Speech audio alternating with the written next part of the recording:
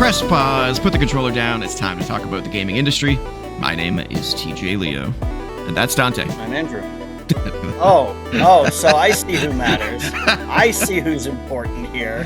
He rarely makes an appearance at the beginning of the show like this. Say hi, Dante. Oh, he might be going to bed. He's trying to make a decision.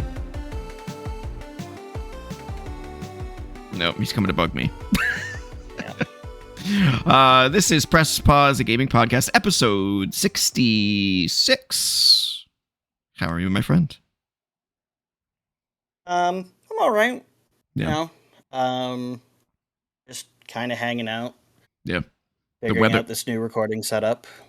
Yeah, we'll talk about that in a second. Yeah, and by figuring out, I mean you're figuring it out. I'm just here for the ride.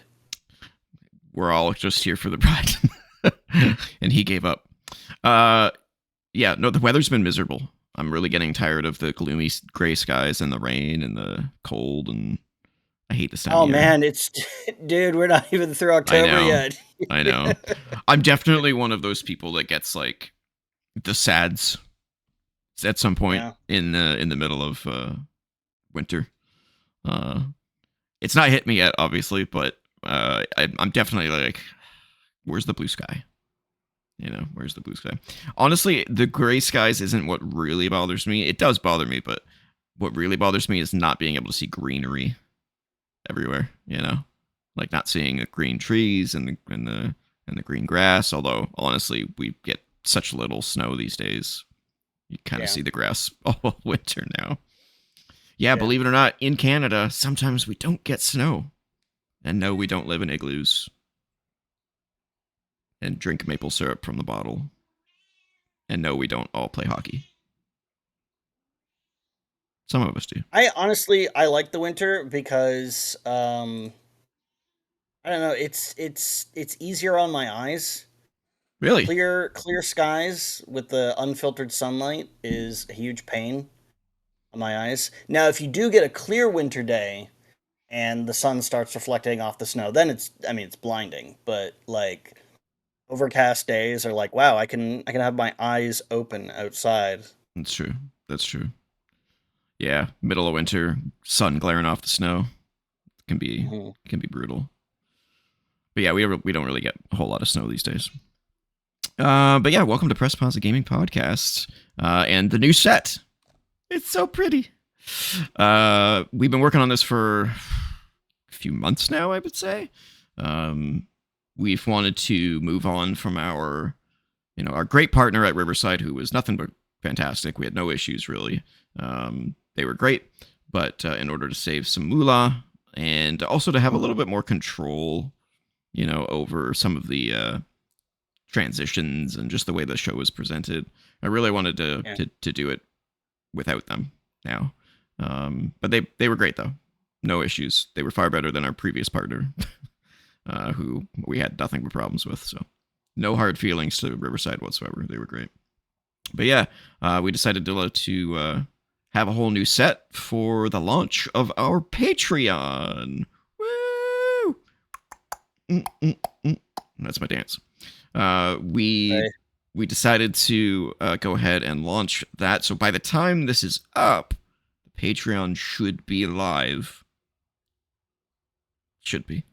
And we posted a video before this show went live that explained the two tiers on Patreon. So for those of you that pitch in funds to support the show, greatly appreciate it.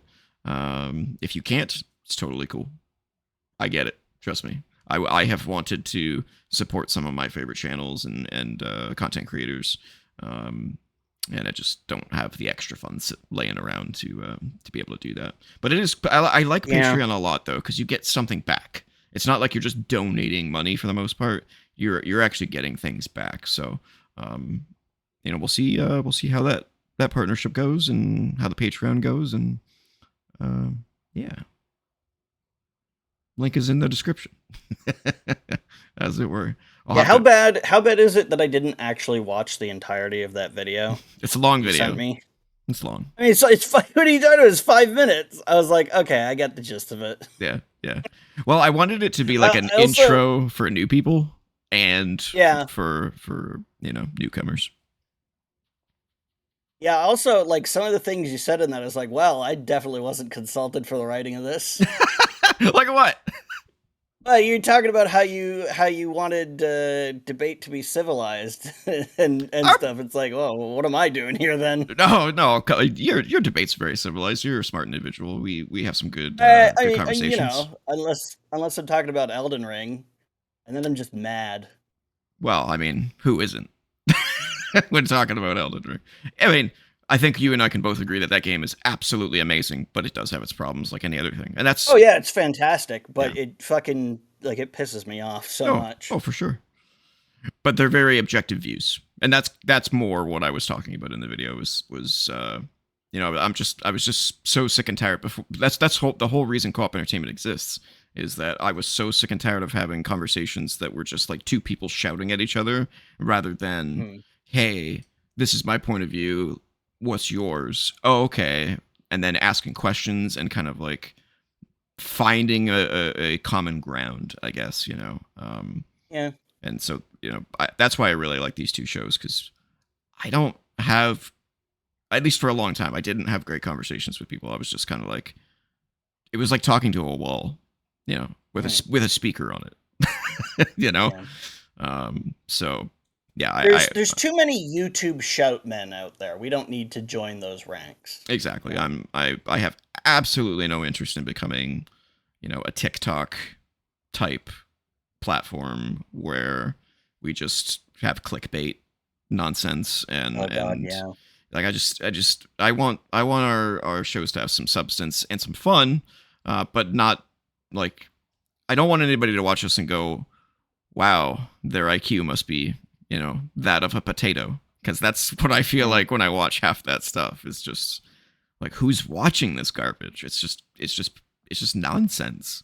And half of it's bottom line is we are both super smart and everybody else is stupid. You said that, not me. I like it though. I like it though. Let's get into the normal housekeeping and corrections rigmarole here. As always, we're on YouTube Music. If you want the audio only edition of the show, that's where you can find it. And don't forget to join the Co-op Club Discord community server, where myself and so many others are talking about video games, talking about wrestling, movies, music, everything. We shoot the shit in there. It's good times. And of course, go to our Patreon, patreon.com/co-op entertainment. All right, let's get into the normal show, starting with what we're playing. You haven't been playing anything super new, from what I understand. No, nothing new. I did play the Unfinished Swan. Nice. And I didn't say like, oh, have something ready for it, because there's, I'm not going to talk about it too much. Okay. Because there's not much to it. It's, it's exactly what it looked like if you've ever seen any footage of it or whatever. It's fine. I don't know if I'm going to play any more of it though, just because it's like 90% white, pure white screen, and it's just murder. It's murder on my eyes. It is. Like, I'm actually kind of shocked that they don't have, like, I mean, I guess I could lower the brightness on my screen or stuff, but then that's going to lower the brightness on everything else in the game when it does have detail. I kind of wish there was, like, a gray void mode instead of a white void mode, Maybe there's, who knows, maybe there's a mod for it that does that. Or like an invert, where everything's black, but the ink is white. Yeah, but then once I start spreading the ink around, then it starts a lot of white again. Stuff up. That's true. Yeah, that's true. Yeah, it is an older game, so I'm not too surprised that there's no like accessibility options in it. But it's cool. I don't expect it'll be that long. No, so it's I don't feel like I'm 4 hours. too much. Yeah, and I kind of feel like I get where it's going, and the message and stuff, reconciling loss and stuff like that, and okay, cool. It's very good. And then there's Final Fantasy 16, which, man, I've got to say, I've been kind of losing steam on that. The battles in that game where you're just fighting regular enemies, they take so long. Like all the regular, they're not hard, but it's just the regular enemies have so much. Like you go back to like the turn-based games. You go into an area, most enemies only take a few attacks to kill. You have to hit the enemies in 16 like 50 times to kill them. You know? They've got so Um, much health. I'd have to replay the game to. I don't remember that being a problem for me, but maybe it was because I was using a whole different set of what do they call them? Icon Oh, powers or whatever. the icon. No, it's just like the enemy they're grunt enemies, right? Like just the Mm-hmm. common everyday enemies you see in the field. They should basically just pop. And once I'm this far in the game, they don't need to be a challenge anymore, you know? They don't Mm-hmm. need to be this huge obstacle. I'm running past most of them instead of fighting them, and when you're avoiding the game's mechanics Mm-hmm. because it takes too long, that seems like a problem to me. That's fair. Fighting bosses is great. Oh, it's awesome. Uh, Whether it's just a standard boss fight or an icon boss fight, those are both awesome because they use the full suite of mechanics. Fighting some of the stronger enemies that you find in the field that have like the stun meter, I don't mind that. They're clearly big, but like when I knock down one of the small enemies, that you know how you get that canned animation that looks like a finishing move, but it isn't a finishing move, it just does damage. I Mm-hmm. should just kill them, you know? Yeah. I hate it when they get back up after that because it didn't deal enough damage to kill them. No, It's that's like when you're fair. playing a beat 'em up and you know those beat 'em ups where the enemies always fall down after a few hits and Mm-hmm. you got to wait for them to get back up because there's no on the ground attacks and you just standing there punching someone in an alleyway for like 5 minutes. Mm-hmm. Feels like that. Yeah. No. I wish grunt enemies would just go down because otherwise, like it feels like it takes forever just to get across a fucking field, and it's kind of dragging down the experience for me. So Bullet I spongy. might take another break from that. Gotcha. I wonder how close you are to the end. Hmm. All right. All right. That was it though, right? Yeah, that's it. Okay. So I have been playing 3 games ish. I'm still Okay. playing Deep Rock Survivor, but I've kind Mhm. of talked enough about that game at this point. It's still great. I am kind of hitting a wall in it though, where I'm like, Oh wow, yeah. the difficulty has reached a point of just insanity, where it's just it requires such like focus because there's so many bugs on the screen that you're kind Mhm. of like wading your way through just this narrow gap And between all of presumably them. you mean like enemy bugs, not Yes. glitches. Yeah, no. It's not a buggy game. I haven't had any issue. I had one bug at one point where the so like every so often you can upgrade your weapon. Mhm. You can upgrade each weapon 3 times. It's called overclocking. It's when it reaches a certain 3 levels. So like you can level up your weapon each run, and then at the 6th, 12th, and 18th level, they get an overclock option. So it gives you 2 options that are Okay. like super special. So it might be like, so like there's one gun that like is basically like a spray and pray kind of option, Mhm. but it gives you the option of putting all of those in one bullet. So every time it fires, it has the combined damage output of all of the bullets in one bullet. Yeah. But of course, the Super bullet. super bullet. But obviously, the drawback to that is if it misses, well, then you have to Yeah. wait for Then it to you're reload, yeah. and it's like okay, Yeah, your all your ammo is in that one shot. exactly. So there's like those kind of like overclock type things, or like it'll add a status effect, type damage to your bullets Mhm. and stuff like that. Um, but yeah, I don't know where I was going with that. We were talking about I interrupted you and you got off on the tangent. So yeah. Um, yeah, oh you were yeah, I having hit the wall. difficulty with that. Yeah, Yeah. I've hit a wall, so I'm basically just like grinding at this point because I can't Mhm. seem to complete the hardest difficulty stuff, which is not even the hardest difficulty stuff. There's still one more after the one that I'm hitting a wall at, so I'm like, what is that one gonna be like? Yeah. But it's pretty crazy. But I'm not unlocking all the stuff in hopes that I get like better gear and some other upgrades. So, but it's still fun and I still highly recommend the game. But there's 3 sort of main games that I've been playing, and not a lot to say about really all of them. But let's get to the first one, which is Death Stranding 2. I had to take it back. I did not beat it. Yeah. I got to about, I feel like I was at about 75% of the game. So I still had a pretty decent chunk left. I don't really have anything to add. It's still Death Stranding. If you like Death Stranding, it's a lot more Death Stranding.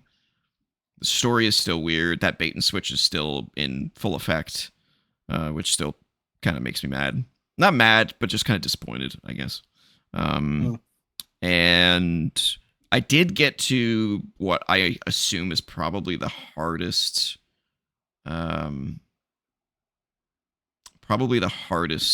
mission that I've done. Mission delivery, I guess, that I've done. It was brutal. So you completed the first game.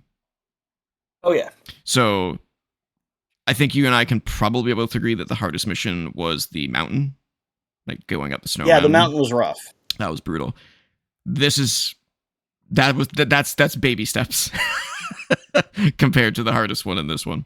I ran out of, so it's one where you have like a package that it try not to spoil anything. Yeah. I can see you struggling. It's like, how do I explain this without spoiling it? Yeah, it's a package that has some kind of gimmick. Yeah, so like in the first game, you had packages that were fragile, right? So like if they had to be delivered in under or above a certain percentage of damage and all that above kind of stuff, a certain damage threshold. Yeah, they couldn't go beneath like 50 or 75 or whatever. Exactly. In this one, they take that to another level, and as you know, when it rains, the timefall degrades the package. So the timefall is still a thing. Whoops. Well, I mean, I didn't think that would be a spoiler, but yeah, timefall is definitely still a thing. Yeah, well, it's just that at the end of the first game, when and I guess this is a spoiler for Death Stranding 1 if you somehow haven't finished that yet, but he's going to incinerate Lou, and then he decides against it, and they come out, and the rain starts, and it doesn't start advancing stuff. They don't start aging immediately in it, so it suggested that timefall was done with. That they'd fixed it by doing their thing. I assume, they never really talk about it in the game, to be honest with you. So I'm assuming that was one of two things. Maybe it's just for America. Yeah, it could just be for America, or it could be that it was temporary. Something changed. Or maybe they've become immune to timefall. They don't actually explain why it didn't affect them. I'm just assuming that rain went back to normal. It could just be that they've become immune to it because the shit they did on the beach, or maybe, or whatever. Yeah, I don't think that's it though, because he still wears a hood and a coat and all that stuff when he walks. So I don't think it's that. Huh. But yeah, timefall's still a thing. But yeah, so it's the mountain mission. Take the mountain mission, right? Give him a fragile thing that you need to deliver in a form of timefall. So your package is constantly degrading, and that's bad. So you have to bring the repair spray. And by the time I got to the location, I was out of water. I was out of repair spray, and I was out of something else as well. Oh yeah, I think that was in the first game. Yeah, it was in the first game. So as you get like exhausted, right, your stamina bar shrinks, right? So so it only goes up to a certain point, Yeah. So I was exhausted. I had like one of those bars left in the stamina bar, so and it wouldn't go above that. And I get to the location, and the guy, you always get to the location, and then you connect the Cupid and all that, all that stuff to the chiral network. And the guy's like, "Yeah, I can't authorize that right now." Oh. But I can tell you who can. He's up that way, and he's back up to Oh, in a horrible location. And he's like, yeah. if you bring him to me, he can authorize it. And I'm like, So now I got to go to another place just to get the door open here yeah, or whatever. yeah. So you're not even gonna let me sleep, warm up, make anything, nothing. So I'm like, Oh, you don't get access to any of it. no. When you don't connect him to the chiral network, the only thing you get access to is storage. That's it. You can't do anything else. So I was like, oh, I have no stamina left. I have no water to replenish the stamina. What do I do? I'm so fucked. And I'm not going to go into how I figured it out, but I did figure it out. I did survive, but I was like, the whole time I'm like, it was brutal. Yeah. I don't know why this is playing. Why is that playing? Not sure why. Oh, because I didn't loop it. That's why. Yeah, it was absolutely brutal, but it's also one of the more memorable missions. So, what can I say? But it is absolutely brutal. Well, I mean, if it stands out, then yeah. I just remember it's just like that mission in the first game, the mountain mission. I was just like, holy shit, this is brutal. I will say the game is absolutely gorgeous, though. I think I said that last week. Yep. It's absolutely beautiful. The polish is insane. The vistas are way better this time around, which is something to behold because the vistas in the first game are pretty insane. Yeah, it's great. It's really good. It might be long in the tooth. I don't know. I feel like it's a game that if you really were absorbed into this game, you could probably play this game for another, like 2 years, and just do stuff. Like there's just stuff. It's huge. It dwarfs the first game by an obnoxious level. It's kind of crazy. I do want to pick it up again and finish it because I do kind of want to know what happens, even though it's convoluted and weird and crazy. But I mean it's Kojima. That's how the Kojima games usually go. I will say it's less convoluted than the first game, but that's also because you have so much established. Now that we know the backstory. I bet if you played this first, it would probably be just as confusing as the first game. Probably more so because they wouldn't go back and explain stuff. It does have a recap. It does have a recap. Okay, it does. All right. It's optional though. So like in the main menu, there's a Death Stranding recap. I didn't watch it because I was like, I'm good. I know the gist of it. I remember what happens. Yeah, it's pretty memorable. The Retus and the fetus, they go. The Retus and the fetus. Yeah, but yeah, I do wanna get back to it at some point. It's very, very interesting. There's not much else I can say without spoiling it. Waiting for it to come to PC. Yeah. Inevitable.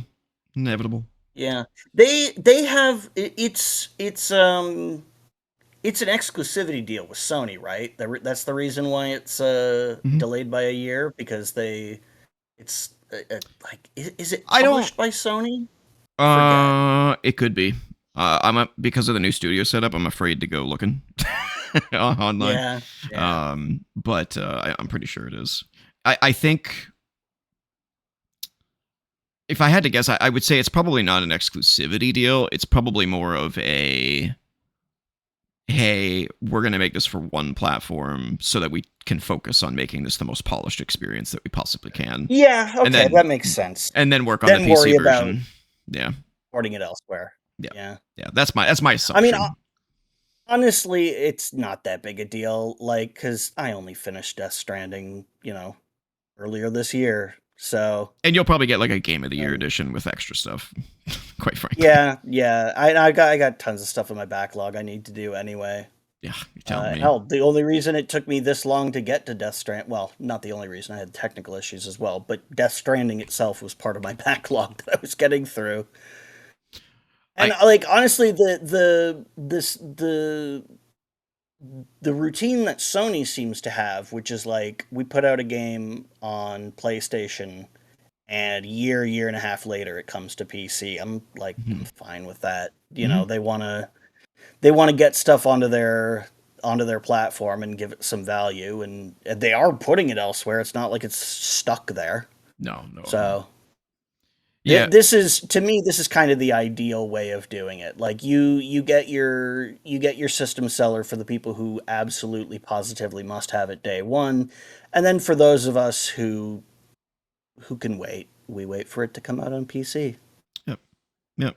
I apparently the rumor is that it's probably coming out in February to PC. Also, they did have Um, a PlayStation Studios logo there yeah. Oh in the yeah. video. Yeah. Kojima Productions is considered a part of PlayStation Studios, just not owned by PlayStation. Um, Okay. Whenever they do like a second party partnership, they put that logo there. Yeah. Okay. But yeah, it's rumored to be coming out in February and probably will be announced by Jeff Keighley at the Game Awards. Oh, I'm sure. But I guess we will wait and find it. All right. Moving on. We finished Forever Skies. I've talked a little bit about this game already as well. This is like the Subnautica blimp game, basically. Yeah. So we beat it. It's a little shorter than we anticipated it was going to be, but it is an indie game. It's from a smaller team, but it was a lot of fun. It was really good. It definitely has some problems. The combat is super basic, and the ending was not. Lackluster. Yeah, it was almost non-existent. It was a quick kind of a thing. But what's there is really good. The exploring the world is so amazing. We got to a place where, so you can see in the footage here that there's like essentially buildings and islands that you can kind of land on and explore. We ended up finding one before we were supposed to find it. So like there's a main story in it that you kind of follow the arc and it tells you where to go and kind of stuff like that, right? But we were like, yeah, we like exploring. It's fun, right? So we ended up at a place that we were not supposed to be at yet. And it ended up taking like 3 or 4 hours to explore this place because it was basically just one giant exploration puzzle where you had to like shoot locks off, but the locks are on the opposite side of the door, so you got to find like a hole in the wall somewhere, either in the ceiling You know what behind. you know what game does that all the time? Stalker 2. Yeah. That is one of the main types of puzzles that you engage with. Is like there's a lock on this door because it says this door is locked, from the other side. Right. And so it's like I bet I could find a way to shoot into this thing, but you got to find the perfect angle. Sometimes it's trickier. Sometimes it's not as simple as there's an open window on the other side. Sometimes you gotta get in from a weird, less traditional angle. Yeah, you can kind of see Sometimes here. Sometimes you have to use explosives. You have to throw them in and just hope that they blow off the lock. I got to get back to that game. Line of sight. The longer I wait, though, the better that game's going to be. So I'm going to continue to focus on other stuff right now. But yeah, we enjoyed it. I wish it was a little longer. It seems the more we played it, the more it seemed like this ship we were building was going to end up being like just a monster of like Enterprise level size. And we did get it pretty large, but in the end, it kind of felt like we did it for no real reason because the game was much shorter than we thought it was going to be. The payoff you were expecting. Yeah. The payoff was not quite there. Yeah. I mean, I would rather a game be a little too short than a little too long. Oh, I could have played this game for another 20 hours probably, and I would have been fine with it because there's just so much stuff. So it was a little more than a little too short. More than a little too short. Yeah, I would say there was probably a good I was expecting a good 33 to 25 to 33% more game, and it just wasn't there. Now, when you beat the game, you can continue to explore the world, and there are other things to see. Post game stuff. Yeah, well, I wouldn't call it post game stuff because it's just stuff that you missed that you didn't see. Okay, but you can go back and do the stuff that you didn't do. Yeah, you can do all that stuff. So, but we chose not to. Once the main goal is kind of achieved, it kind of feels like busy work for no real reason. What are you building towards? Like, I unlocked this thing. Okay, what am I going to use that for? I've already beat the game. Yeah. And that's why I love Subnautica so much. Subnautica is designed to a T, where everything means something. Everything you do is for the next thing and the next thing. And the game is just so good. I can't say enough good things about Subnautica. I cannot recommend that game enough. I would probably stay away from Below Zero. It's fine. But Subnautica 1, man, that's a That's a masterpiece in its class, man. Forever Skies doesn't quite meet that level, unfortunately, but it was enjoyable. I don't regret playing it by any stretch of the imagination. It was really cool to be able to design your own ship and continue to unlock new things and expand it, and it was fun. The only problem with, so I don't know if I talked about this. Did I talk about the weird performance glitch that we encountered when we were playing it? I think, yeah, you talked about how it was like stuttering and stuff. Yeah, so his PlayStation, the PlayStation 5 Slim, no issues. Butter smooth 60 frames per second the whole time. My original PlayStation 5, the longer one play session goes, the slower and more... It's not just the frame rate that starts to drop. It's like the graphics start to like get fuzzy and like artifacty. It's like there's some sort of really bad memory leak or something. It's weird. I was gonna say, I wonder if that's a memory issue, because that's usually a symptom of memory not being cleared, to be reused properly. It's a weird cache issue, yeah. Yeah, if that's a thing that they fixed in the Slim model or something. The thing that's weird about that, though, is that I've never experienced that on any other game. So it's like it's something coded in this game that didn't. Something about the way that they handle memory management just doesn't play nice with the original PS5. With the original PlayStation. I mean, yeah, that kind of thing happens. Yeah, it was real something bad. That it's something that they'd probably have to put out a patch for. I don't know if. Well, I mean, maybe Sony, maybe that's something they could patch on their end, but like. Maybe. I don't see them doing that for somebody else's game. That's the developer's responsibility. And Forever Skies has been out long enough where I feel like they would have fixed it by now. And so I don't think it's coming. So basically every hour to 2 hours we would just reboot and that would fix it. But I was like, that's annoying. I mean, as long as you've got a workaround, it's not like something baked into the save file. Fucking Morrowind on the original Xbox has that problem where all the excess stuff that you know how the save files for those games get bigger and bigger as more and more stuff has to be saved. Well, that's a problem that they didn't like do anything for the Xbox version of Morrowind. So if you aren't diligent in making sure that the world doesn't continuously spawn more objects, like for example, making sure that you delete dead bodies, because you can remove dead bodies from the ground, or you can leave them there and they just stay there. If you're not diligent in making sure that you dispose of the bodies, how do you dispose of the bodies? It's just a button that you push. Oh, okay. It's an option that you have. Yeah, Skyrim had the same problem on PS3. Yeah.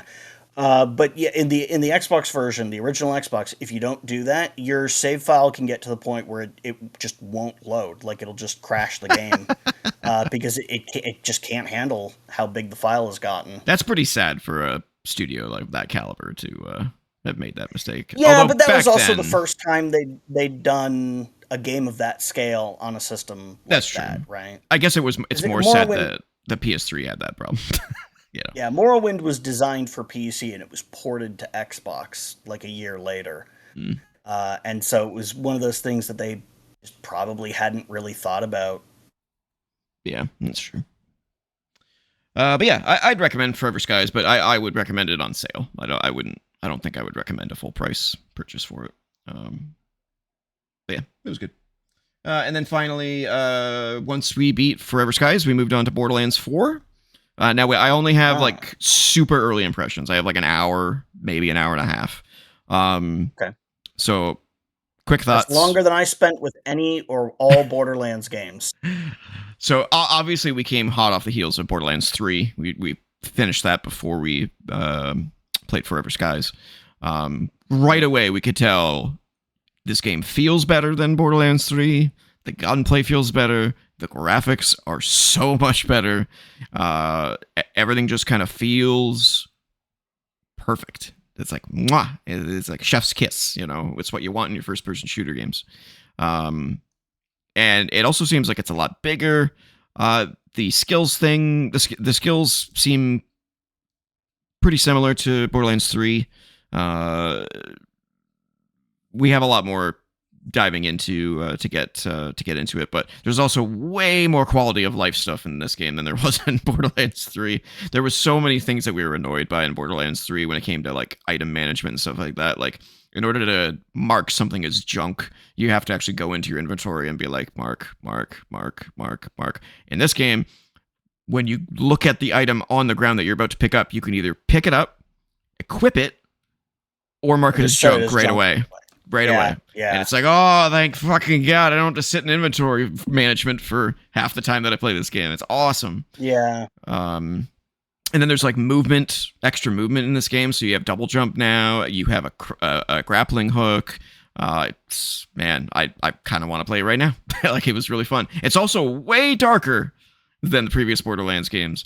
Like the when you boot up the game, when you boot up most modern games now, it kind of pushes you through like set your gamma and set your accessibility options and set your. Oh, you mean like visibly darker, not like. No. Thematically darker. Thematically darker. This game is gory as fuck. Like, as you can see here. The previous Borderlands game had a little bit of gore, but the opening sequence in this game is like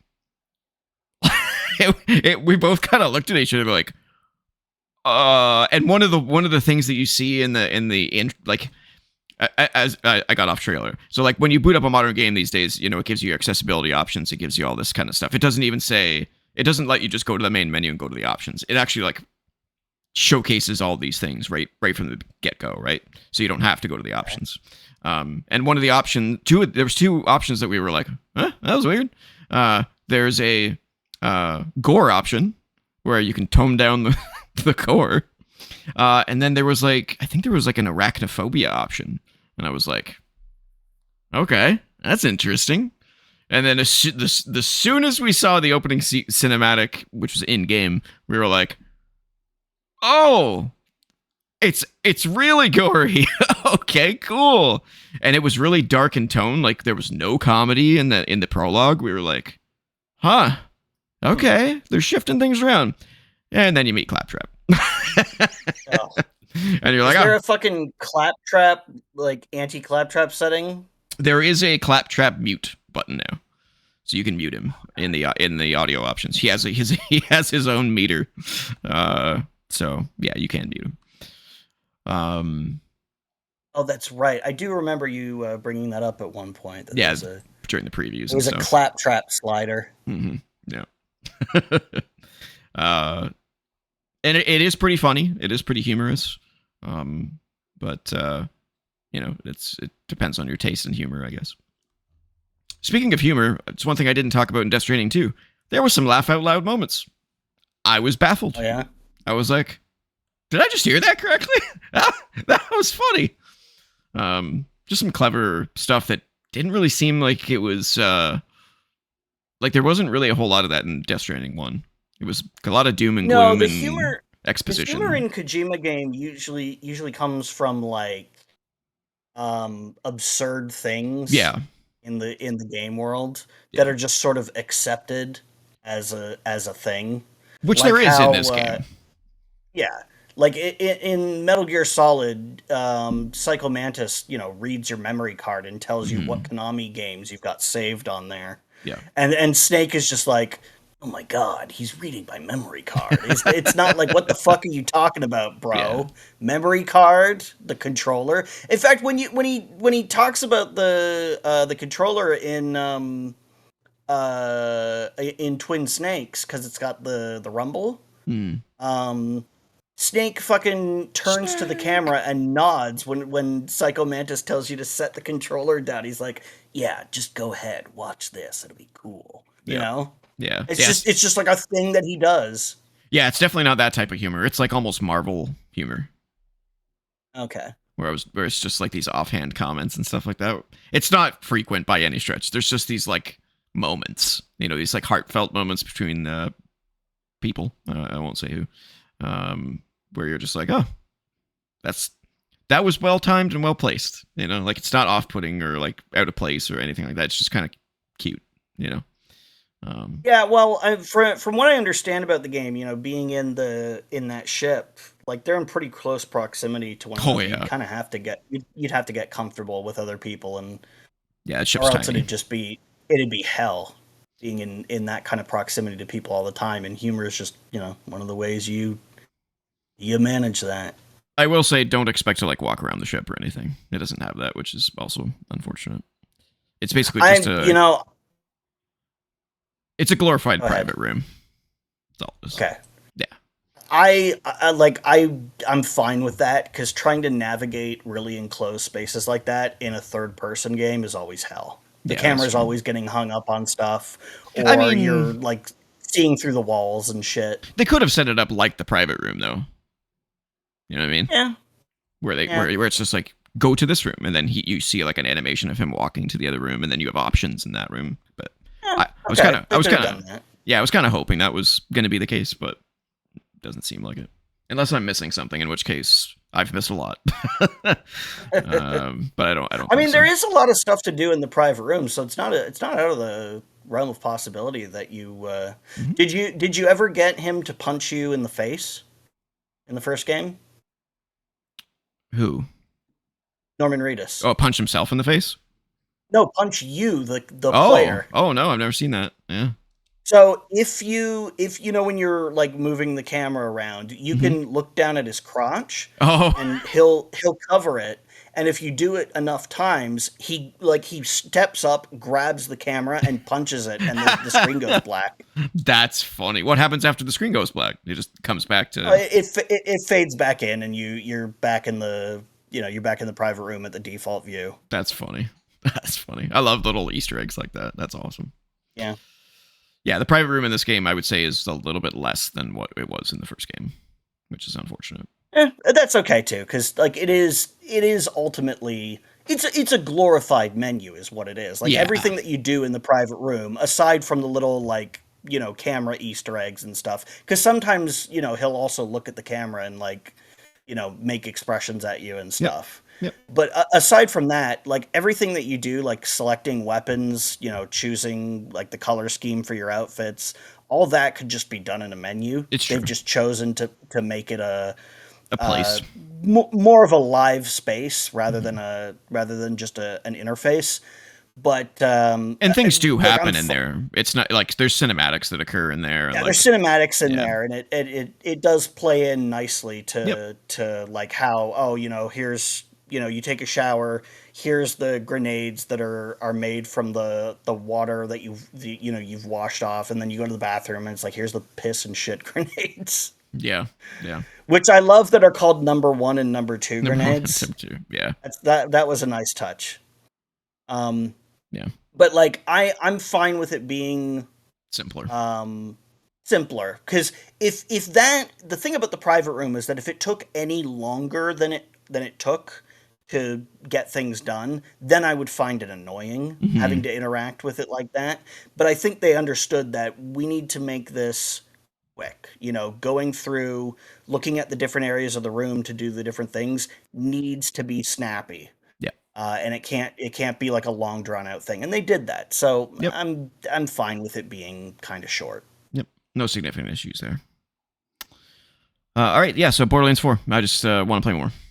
Didn't have enough. Oh yeah, time. We were talking about Borderlands. yeah. That's all right. Yeah. So let's move on from what I've been playing to the Metacritic Check-In. Ba-da-bum-bum-bum. Sure. All right. Pokemon Legends Z-Day updated rankings here, or reviews. Sitting at a 78 critically, but a 46 from users still. So a little bit higher than was, but obviously still people are shitting all over it. Yeah, I've seen a mix of stuff. I've seen people being really hyped up about it, and I've seen people crapping all over it. Yeah, it's very divisive, it seems. But, I think it's Nintendo fan or Pokemon fans are all about it, and everyone who wants something more from Pokemon aren't getting it. I think that's kind of the gist. Yeah. But that's kind of been the gist the whole time for Pokemon. Yeah, it's been like that for a while. Keeper, the new game from Double Fine, sitting at a 79 critically and a 74 from users. So, yeah, pretty good. It's all right. Yeah, I've played about 25 minutes of it because it's on Game Pass. It's fine. It's cute. It's a little weird, but that's Double Fine for you. Oh yeah. It's a bit simple. And I was kind of hoping the graphics would be a little bit more impressive. It's, there's certain games that have an art style that is timeless. And I feel like Double Fine usually has that. But this game kind of feels not like that. Yeah, like off the top of my head, I think probably like the worst looking game, or like the thing that probably doesn't hold up the best, that those, obviously they weren't Double Fine at the time, but those people worked on was probably Full Throttle, which looked great at the time, but it doesn't really scale well because it's a very pixelated game. So if you try to play it, on a modern screen, it's going to stretch out the aspect ratio weird, and it's not going to look amazing. But they did do that remastered version. So remastered version? Yeah, there's a Full Throttle remaster, isn't there? Oh yes, there is. Yeah, it's gorgeous too. And that's not a consequence of the art style. That's just a consequence of low res graphics on modern HD displays. They don't always look great, so it's not even like it's their fault. Yeah, and Keeper, I would say that it's very much of this generation visually, but it's not really all that visually impressive today. So, a generation or two from now, it's kind of going to look ugly, I think. So I'm a little disappointed in that. I'm gonna play a little bit more of it just to see if the gameplay evolves at all, but it's fine. It is what it is. Yeah, I mean, hell, some games make ugliness their aesthetic. Like the Oddworld games. Those games are hideous. Yeah, but they're designed to be hideous. Yeah, they're kind of timeless. Abe's got like his mouth stitched shut, which is kind of gross, but like it's part of the story and stuff. Yeah. And then you've got stuff like Cruelty Squad, which is intentionally designed to be as migraine-inducing as possible. But that's a very specific part of its art style. Yeah. Next up, we have Vampire: The Masquerade Bloodlines 2, finally out. And it's not doing well. 64 average critically, 41 average user score. Ooh. Yeah, not doing great. Ugh.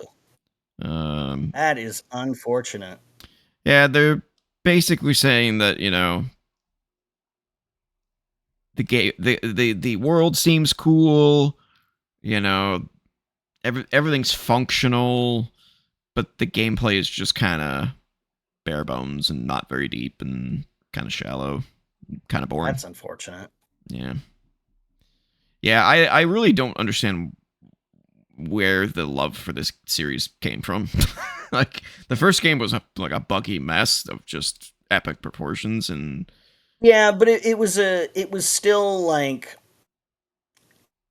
it was a cult hit, I guess. It was at a time when, when it came out, there just wasn't much else like that. Yeah.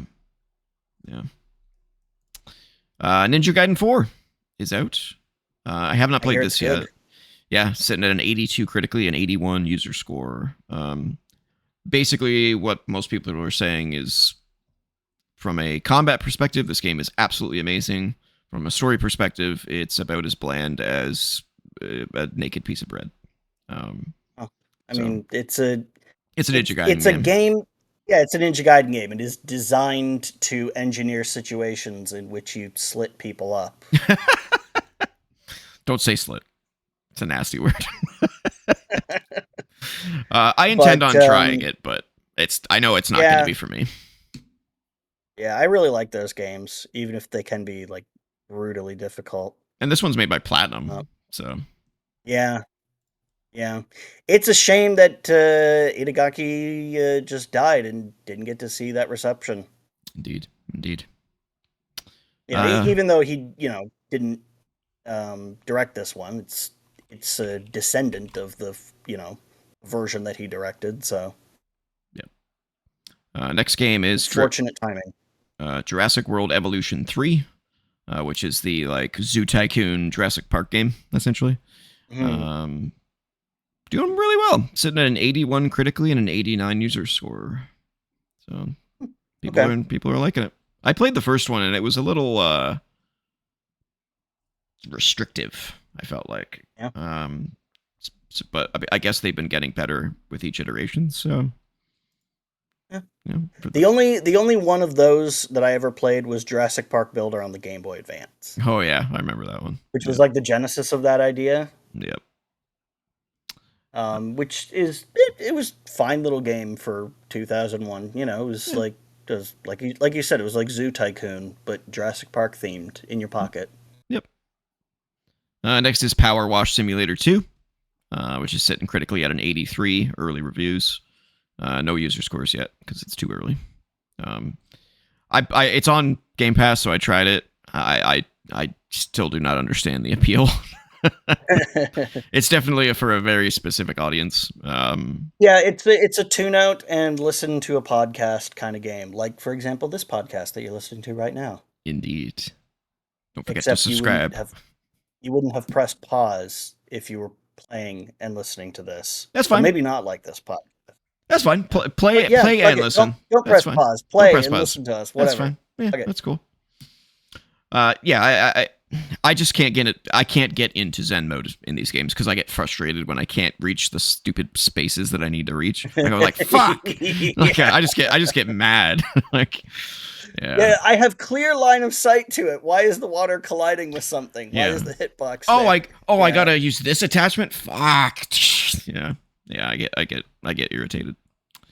Double Dragon Revive also came out, sitting at a 61 early critic score, no user scores. Jesus, how many Double Dragon reimaginings and remakes and reboots are there at this point? I don't know, man. They need to let it go.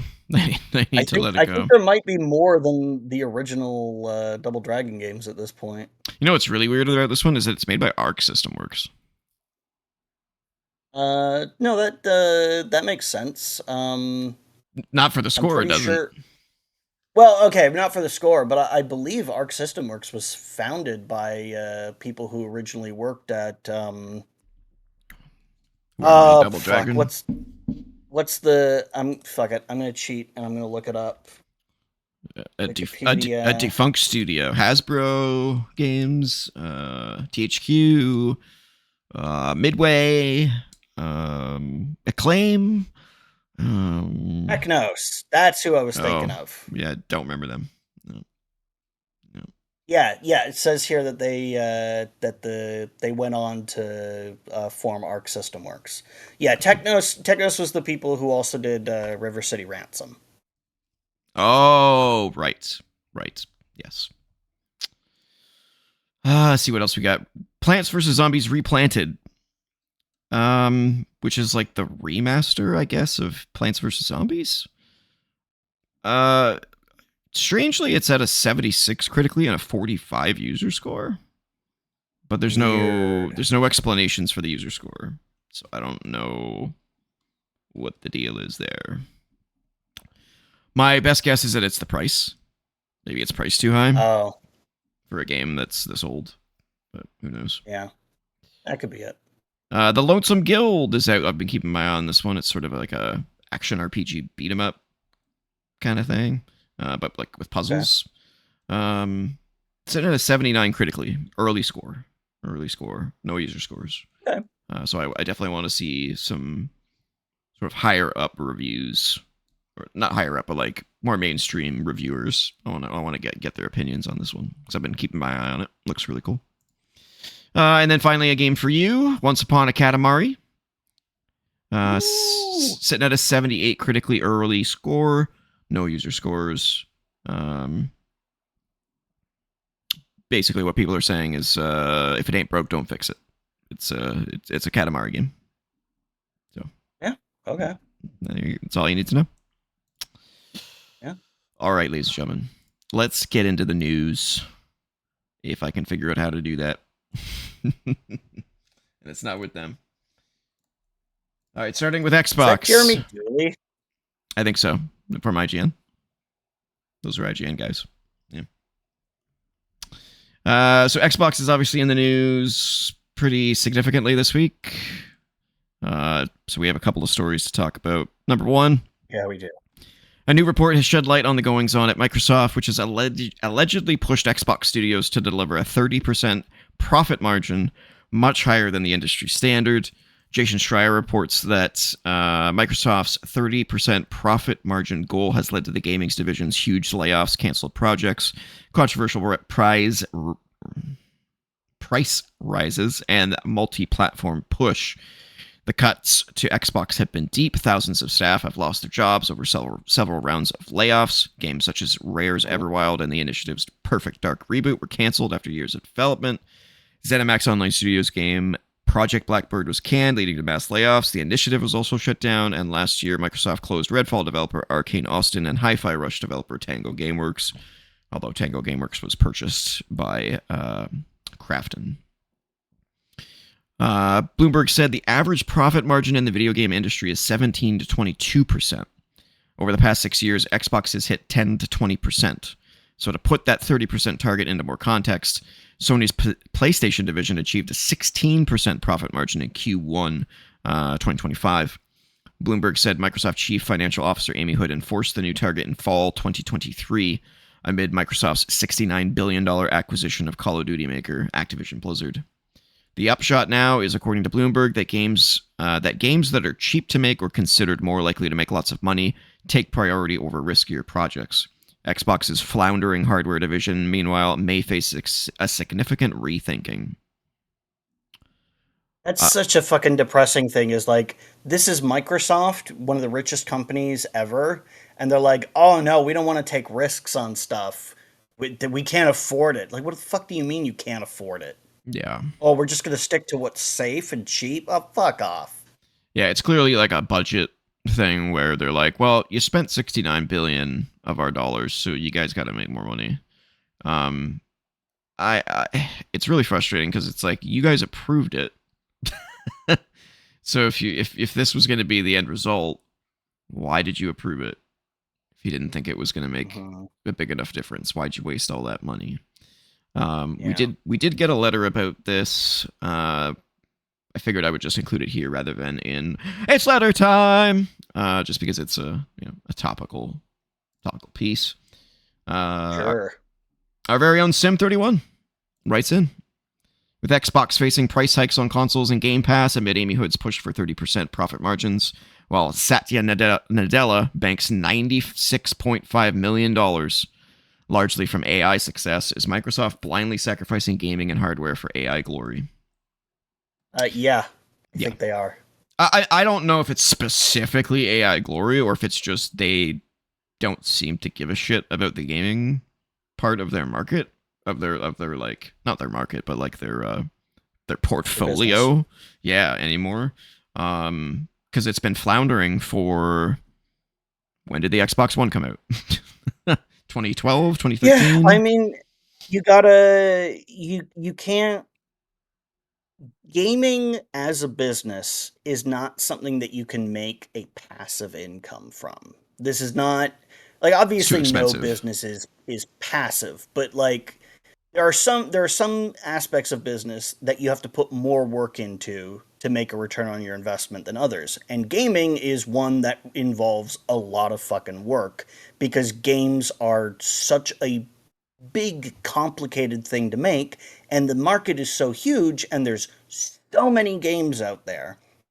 You have to work your ass off to succeed, and even when you work your ass off, there's no guarantee that you'll succeed. It's a tough industry. It really is. It's a tough industry, and that's why it was so impressive when Microsoft was able to break in the way they did. I remember everybody, myself included, thought Microsoft getting into hardware, that's going to be a disaster.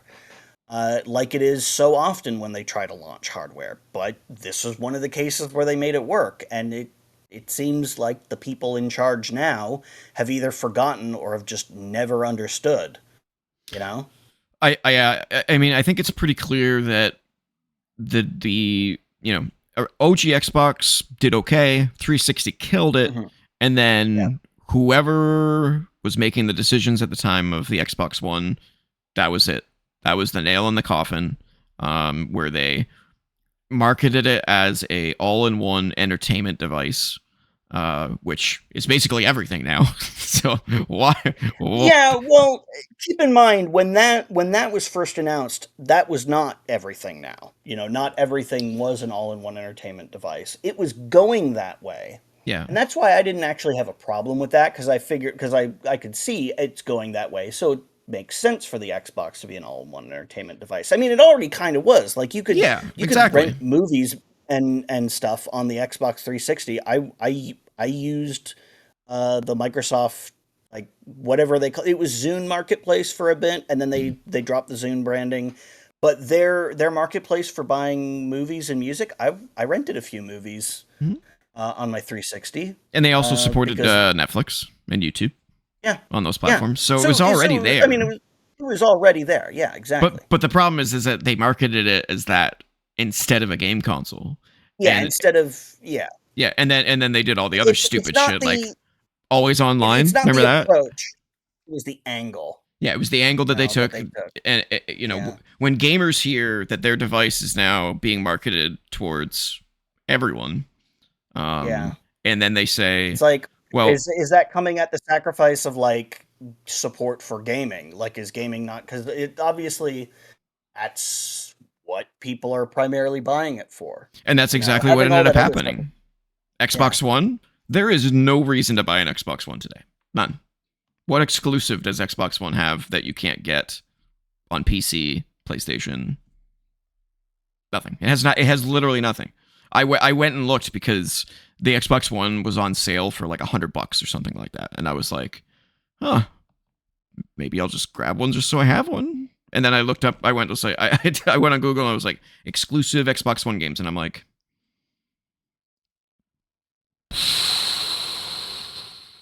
well, I mean, you have a Series X, so yeah. Well, I know, but this was before I got the Series X. Okay. Yeah, it was like the end of the Xbox One's life cycle. But there's literally no reason to buy one.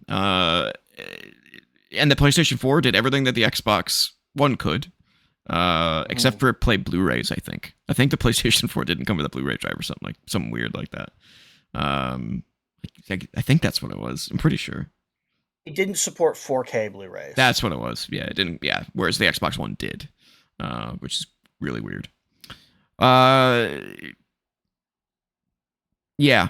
They've fumbled the ball on such a consistent basis at this point that it's no surprise where things are going. But we'll talk about more Xbox in a little bit here. Let's get on to the other articles. Microsoft is keeping its next-gen Xbox plans under wraps, but it is suggested that it will be ultra-premium hardware. The company has confirmed as recently as earlier this month that it still plans to follow the Xbox Series X and S with a next-gen console, and has announced an agreement with AMD to make it happen. Microsoft has promised next-level performance, cutting-edge graphics, breakthrough gameplay, and unmatched compatibility, and it will be fully compatible with every user's existing Xbox game library. But how much will it cost, and how powerful? Yeah, they're great with their ecosystem. They're so good. We said this last week, is that one of the things you can't fault Microsoft for is that they've been pretty damn committed to backwards compatibility for Xbox. 100%, absolutely. Xbox Cerebon talked in vague terms about what Microsoft is going for with its next-gen console, but did suggest it will be a premium hybrid PC and console. The next-gen console is going to be a very premium, very high-end, curated experience, Cerebon said. You're starting to see some of the thinking we have in this handheld, the ROG Xbox Ally, but I don't want to give it all away just yet. That's a reference to the recently released ROG Xbox Ally X, which costs $1,000 US. Yeah. In another interview, Bond said that this and the less powerful $600 ROG Ally are ultimately Asus-made handhelds, and because of this, Asus are the ones that set the price. So Xbox fans now are wincing at the thought of how expensive the next-gen console will be, particularly in the context of recent price increases to Xbox Game Pass and the Xbox Series X and S. So it's going to get fucking real expensive when their AI investments crash. Yeah. Here's my thought. So we know they're targeting 2027 for their Xbox handheld and their next-gen Xbox. my thought is that that this is it. They're exiting the console market. This is the next console is not a console. Let's just call it what call it what it is. It's not a console. It is going to be the equivalent of a Steam box. That's what it's going to be, right? It's going to be connected to the Xbox ecosystem, but it's also going to allow you to connect to Steam, good old games, Epic Games Store, all that kind of stuff. It's going to be a PC hybrid, and it's probably going to cost the equivalent of a mid to high range PC. So my guess is that that next Xbox is probably going to be 1,400 USD. That's my guess. I hope not. And then maybe they'll have a cheaper option that's more of like a low to mid, gaming PC. That's like 1,000, maybe 1,200, something like that. I just don't see any reason whatsoever for them to sell a console that is underpowered compared to what it's going up against in the PC market. Like, it just doesn't make any sense, especially if they're putting in Steam and GOG and all this other stuff. They have clearly lost the console market, so they're going to stop committing to the console market and they're going to start looking at the PC market. But they're going to try and spin it as though it's a console. Even though it's clearly not a console anymore. It's just not going to be. I don't believe it. It's going to be a PC hybrid. It's a branded gaming PC. It's a branded gaming PC, exactly. It might as well be Alienware, except with an Xbox logo. That wouldn't surprise me at all. And like I've said before, I don't think the game console business is long for this world. Like, as a thing that sits and lives under your TV, a dedicated handheld that you can connect to your TV, like the Switch, sure. But like, it just doesn't make a whole lot of sense now that PC gaming is so big, and PlayStations and Xboxes are architecturally basically just Windows computers. They use the same kind of processors and everything. So it's like, what's the unique, like, what's the standout feature here? There isn't really anything. No. That's why I haven't bought a game console in 2 generations. Like, the most recent Xbox and PlayStation I have are the 360 and the PS3, because like everything comes to PC now. I have to wait a little longer, but like, whatever, it means I don't have to shell out hundreds of dollars for a thing that I've already basically got on my desk. Yeah. So I think Xbox's future in the console market is very clear to me. I think the bigger question is, what's PlayStation going to do? If they're left as the only real console, what does that do for them? Like it kind of puts them in a weird position, because you could go, like, if I was entering the gaming market next generation and I went, all right, I can get a Nintendo Switch 2. Sure, but it's a third wheel. That doesn't even account. It doesn't even seem to like equate to the equivalent of the PlayStation or the Xbox. So that's an entirely separate thing. So when I look at the console market and I go, I can get an Xbox, which is basically just a PC, or I can get a PlayStation, and the advantage of the PlayStation is PlayStation exclusives day one. But if I get an Xbox, I can wait 6 months to a year and get PlayStation exclusives anyway. And I have access to Xbox's library, potentially Game Pass if it still exists next generation.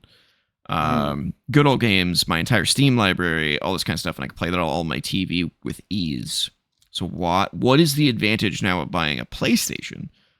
No one seems to be asking that question anymore, and I'm like, that's the other thing, is that if it's basically a gaming PC and you have access to all those storefronts, including PlayStation first-party titles after whatever their exclusivity period is, it kind of begs the question: does Xbox need to be its own thing? Yeah. Or maybe this is a smart move. Like Yeah. it's conceding defeat in the console space, but like maybe it's also just acknowledging the console space It's is dying. maybe not long for this world, and Exactly. this is a good time to jump to just being a branded PC. Like It's scary. it's It's so weird, man. it's just a weird situation. Yeah, it's It's a so weird weird. situation where it's bad, but it's also maybe not that bad. Maybe it's kind of good. Maybe they're ahead of the curve. Maybe we'll look back on this in a few years and go, "Oh man, we sure have egg on our faces. They were smart to get out while the getting was good." Yeah, Or maybe not. Maybe they'll completely fuck it up. We don't yeah, know, but yeah, the problem is it's so hard to say for sure what's going to happen. yeah. I think Xbox's biggest problem right now is customer trust, and Yeah, because I mean, and they have earned zero benefit of the doubt oh yeah, for because of sure. like all the fucking layoffs and shit that they've done. Yeah. Um, they're going through an identity crisis, Mhm. and because they haven't been able to figure out their own identity, I think that's part of the reason why they're having so much difficulty communicating it to customers, and that of course tanks customer confidence even more. Yeah, yeah. Like it's just it seems like such a it seems like such an up in the air thing. Like should I, if when the next Xbox comes out, whenever that is, should I buy it, or is it just going to be, are they going to abandon support for it, or is That's it the just going to question, be right? a Like, PC? Yeah, exactly. how scary is it right now for Xbox owners who are like solidly on the Xbox side with these huge libraries? Like, who's to Yeah. say that the next Xbox comes out, it sells like shit, and they go, fuck. I mean, the ecosystem is pointless. Drop the ecosystem, drop the hardware. We're just a third party publisher now. Here Yeah. you go. I don't see that happening. Especially if what they're creating for the next generation is a curated high end device. Because if you're targeting it as a high end device, you're not targeting the masses. You're targeting high end gaming users who game and they want the best experience they can possibly get, right? So Yeah, but those people have already got like insanely loaded gaming PCs already. right, so it's like there's so many like angles to this issue. It's going Yeah. to be incredibly fascinating what happens over the next 3 years. For Yeah, both it's a PlayStation very and Xbox. Like it's weird crazy. time. Oh, it's so weird, dude. It's stuff that we would have anticipated Oh yeah, being a reality. back in the 90s, like I never would have seen this coming, like a point where you go, "Oh man, this company is really abandoning their console, but maybe that's a good idea because Mhm. maybe that market is not long for the like it was unthinkable back then. I Yeah. don't really have a frame of reference for this. Yeah. And what happens if PlayStation starts to have issues because people are going, why do I want a Elsewhere and still PlayStation? getting Yeah. PlayStation games. Yeah, why Yeah. don't I just buy a PC then, you know? I Yeah. almost wonder. I really want you know how in Marvel they do like the multiple timeline thing. I want to go back in time and see what would have happened had Xbox when they bought all these studios been like, "You know what? Fuck y'all. It's all exclusive to Xbox. If you want to play this shit, get an Xbox." I'm so Oh curious man. because at the time when everyone was worried about that, everyone was like, "Man, if they do that, like they're gonna piss so many people off."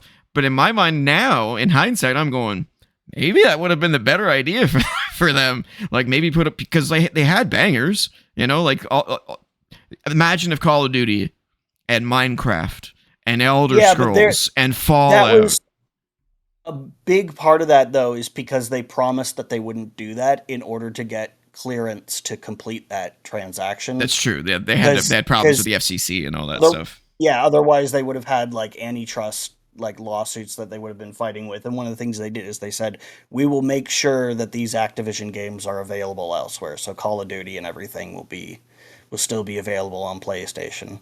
Yeah, yeah, fascinating stuff. We will see. We'll see Mm-hmm. what happens. Mm-hmm. And then Microsoft has also updated Game Pass for October 2025, the second half of 2025. And these are the games that are coming. Some of them are already up. Power Wash Simulator 2. I already stated that earlier. Bounty Star, which I've never heard of, but is apparently pretty good. It's like a Mech Assault type game, but also like a city builder or like a Farmville. Not Farmville. That's a terrible comparison. It's some sort of crafting and rebuilding society kind of a thing. Okay. Seems interesting. Super Fantasy Kingdom is in early access on PC. I've been waiting for that for a long time, so I'm going to be checking that out. It's like a roguelite city builder, which is really weird. Halls of Torment, which is a Vampire Survivors like, but it looks like Diablo 1. It's got like a Diablo 1 aesthetic. Kind of cool. Outer Worlds 2. 1000X Resist. No idea what that one is. Football Manager 26. And that's it. And then leaving Game Pass at the end of October is Jusant, which I think I've said a million times. Go play that game. It's so cool. Metal Slug Tactics and Return to Monkey Island. Those are going away. All right. Let's move forward. This wasn't directly gaming related, but it kind of is. Warner Brothers Discovery has confirmed it is now officially considering buyout offers amid reported interest from Paramount Skydance. While Warner Brothers Discovery said it is still working towards separating into two distinct media companies. In other words, they're separating again into Warner Brothers and Discovery instead of one giant company. Which was supposed to be done by mid-2026. It had now triggered the acquisition consideration following unsolicited interest from multiple parties for the entire company. In an investor-focused note issued on Tuesday, October 21st, the company said it had initiated a review of potential alternatives to maximize shareholder value and was now evaluating a transaction for the entire company or separate transactions for its Warner Brothers and or Discovery global businesses. I'd go into more about it, but I think that's pretty self-explanatory. They're considering selling the company to someone else, which is gaming related because obviously they have several game studios, including Rocksteady and I think they own IDOS. There's a bunch. Warner Brothers. No, is it Warner Brothers Montreal? I think is one. But yeah, they have a bunch of studios. They make Batman Arkham games. They made Suicide Squad, Harry Potter, the Hogwarts Legacy, so Portkey games, a whole bunch of other Mortal Kombat. I think they own as well. So yeah, that's interesting to see if that goes into someone else's hands. That could be a really big deal. And then in huge Xbox news, which I don't know why I separated them, but Halo Campaign Evolved, a Halo 1 remake, has been announced for Xbox PC and, yes, PlayStation 5. And this is footage from the game that you're witnessing. I haven't watched it yet, but it's basically Halo 1 remade from the ground up in Unreal Engine 5. So that's cool. And another signaling of Xbox becoming a third-party publisher. That one of their biggest franchises has come to PlayStation. This actually looks. I mean, they did have that DS prototype way back in the day. DS? Oh, the Halo DS game. Yeah. Yeah. It was a proof of concept, but obviously they had development kits and stuff. Yep, that's true. Now let's see. So yes, it is a remake. It is coming out on PS5, Xbox, and PC all at the same time.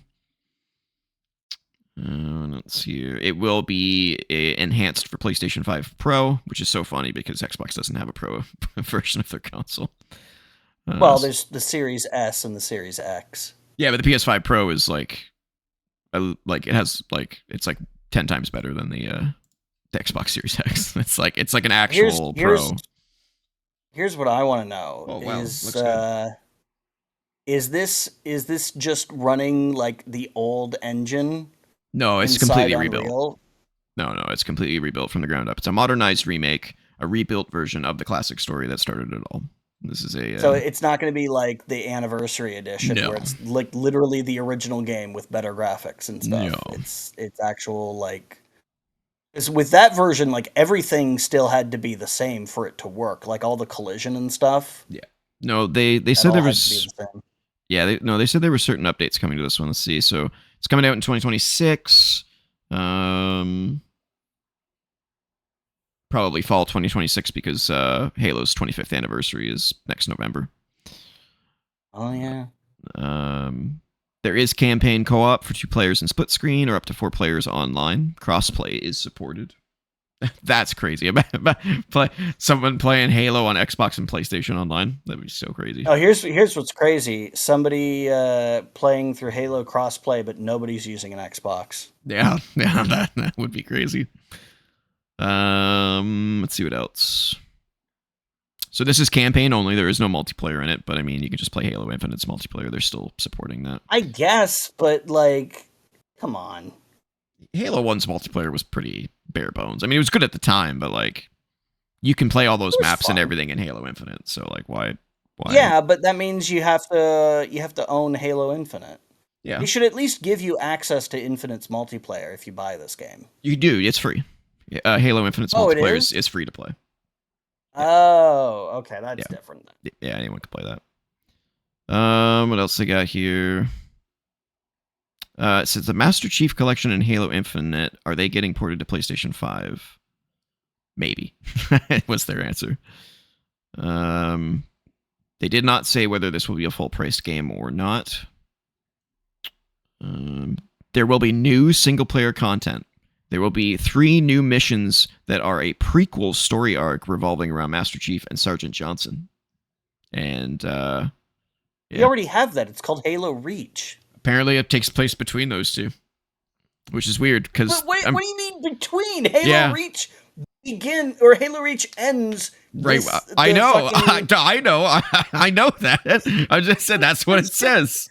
the ship coming out of the jump, and it's May- like, oh, Maybe Covenant ships have always been faster. maybe it's like a flashback sequence or something where they're like on Did the ship. fucking Master Chief get out of the fucking cryo tube to take a piss? You got 3 missions in there. I don't know. He gets out to take a piss.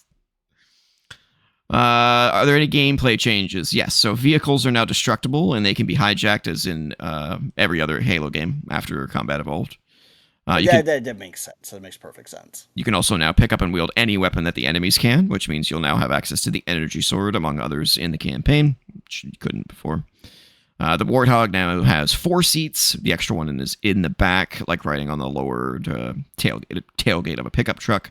And you can pilot That's real safe. yeah. Whoa! Especially in that game, how much the Yeah, freaking gravity that's the is. fucking easiest vehicle to roll in video game history. Yeah. You can also pilot a Wraith tank. They didn't show off anything of the Flood, but I guess the Flood are dismemberable now, which is pretty cool. Oh yeah, they were like that in I think Halo 3 is where you were able to dismember them. Like you could blow off their arms without actually killing them. Oh. 3 is the to one I've aim played for the center least, mass. so I can't say Yeah. can't say I know that. They've also updated level design to smooth out pain points, probably the library. And all the cinematics have. Did they make it less repetitive? I'm assuming so. I'm assuming that the library is now not just the same fucking room over and Yeah, over the same again. thing repeated like 4 times. Yeah, I don't know what happened there. And also, Well, what happened there is that Bungie was still a smaller developer. They weren't owned by Microsoft at that point. but I mean, why didn't they just make it shorter? Why'd they have to make it so fucking long? Because then people would complain that the level was too short. I guess so. All the cinematics have been completely redone with new mocap and freshly recorded dialogue from Master Chief and Cortana. The original actors are reprising their roles. Okay, that's good. And they're introducing skulls to Campaign Evolved, which That's also, yeah, not a surprise. yeah.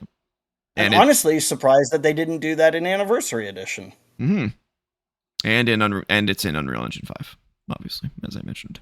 Yeah. So yeah, I think it looks really good. But yeah, it's Halo. Yeah. It's a game that we've been playing for years. Yep, it's a fantastic game. Now we'll be able to play it in a way that looks a little bit better. Yep. All right, moving on to a little bit more of a serious one. I don't know if you read about this, but prolific Twitch streamer Amiru, I think is how you say her name. This is her here. Has urged fellow creators to seriously consider not attending future TwitchCon events after she was publicly assaulted. She posted on Twitter explaining how a man crossed multiple barriers at TwitchCon in San Diego in an attempt to grab her face and forcibly kiss her during a meet and greet. So there's actual footage of this. I'm not playing it just because it's actually kind of disturbing and just ridiculous. But if you watch the footage, number one, where was security? What I would have fired every single one of them.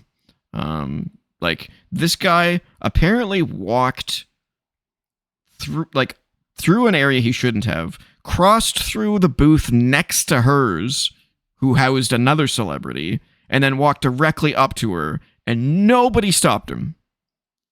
I've actually seen this happen at a convention before. Really? In that case, it was Stan Lee that was being approached. Whoa. And security fucking materialized out of thin air. Okay, so there's some he may have hired like significant private security. Yeah, so she did too, and in the video you see her private security shove him away when they realize what's going on, but it's like, that's your job is to stop them before this happens. Get in front of that guy and be like, yeah, sir, what are you doing here? Like, what if he was there to stab her?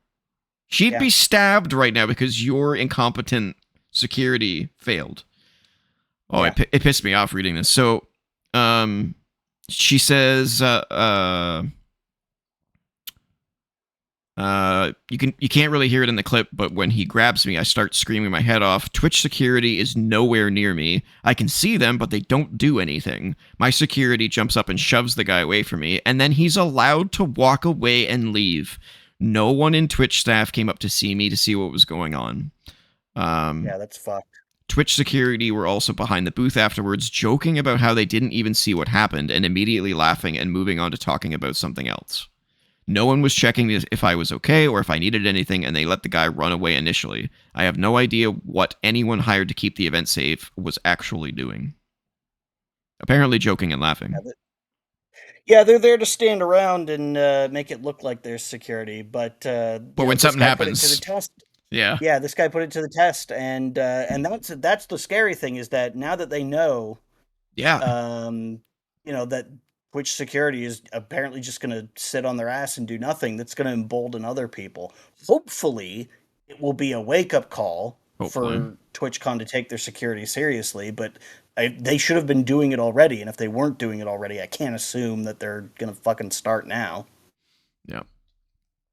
She did reveal that the global head of Amazon flew out to TwitchCon to speak to her manager and security, and she has now confirmed she's pressing charges against the assailant. And that's all we really know at this point. Twitch did make some comments, but they definitely didn't take responsibility for how ridiculous that was. Yeah. She also said, I don't think Twitch would have put out an official statement if that clip wasn't posted and went viral. And even after the fact, of course not, because they wouldn't want to acknowledge it. They would just want to bury it. Yeah. And even after the fact that the clip was posted and going viral, as far as I know, the other people who had meet and greets today were not reached out to ask if they wanted extra security or if they wanted to cancel their meet and greet. So nobody even knew that this happened. Yeah. It's pathetic. Hire actual security. If you can't afford it, then don't hold a convention that size. Yeah, and I got to tell you, if I was like a big Twitch streamer, especially if I was a young woman, I would never fucking go to an event like this, because the parasocial relationships that people build up with streamers is creepy. And I've heard creep stories. I remember reading a story about a streamer. I don't even remember who it was. Somebody I'd never heard of. There are so many. where some fan showed up to his house in the Oh my middle of the night. god. Oh my You god. know, like, oh, I came out to see you. Can we hang out or whatever? Like, No. can I Go crash get your help. place tonight? Yeah, and the guy was like, no, you cannot. How did you even find my fucking? Like Yeah. he said, look, I will pay for you for a hotel room for the night, but you cannot come back here. Well, he's nice enough to do that, I Yeah, guess, but well, Jesus. yeah, because I mean, he was scared for his family, right? Because Oh he's like, he yeah. doesn't know what the mental state of this guy is, so he's like, okay, I'll pay for a hotel room for you, but you can't come here in the middle of the night.